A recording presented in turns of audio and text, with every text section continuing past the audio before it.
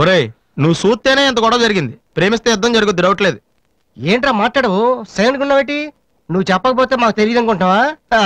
అరే బీబీసీ, అమ్మాయి file open చేయరా. పేరు దివ్య, పుట్టిన ఇండియా, పెరిగిన ఆస్ట్రేలియా, చదివేదిలా కాలేజీలో అయ్యోలా.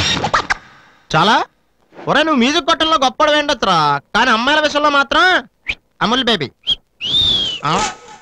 అక్కడ అమ్మాయిని రోడ్డు మీద ఫాలో చేసి ఐ లవ్ చెప్పుంటే పోయేదిరా. ఆహా. అరే బీబీసీ, అక్కడ ఇద్దరు అమ్మాయిలు ఉన్నారు చూడు, వాళ్ళ దగ్గరికి వెళ్ళి 100 అడుగు. Okay. Excuse me, give me 100 rupees please.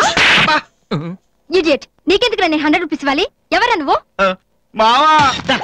చూసావా, ముక్కు మొహం తెలియని అమ్మాయి దగ్గరికి వెళ్ళి 100 అడిగితేనే చంప చల్లంది. నువ్వు వెళ్ళి ఐ లవ్ యూ చెప్పావు అనుకో, ఇలా సౌండ్ వస్తుంది. అర్థం కాలదా? ఆ అమ్మాయి నీకు నచ్చిందిరా, కానీ నువ్వు అమ్మాయికి నచ్చాలి కదా. ఎలా నచ్చుతావురా? సింపుల్.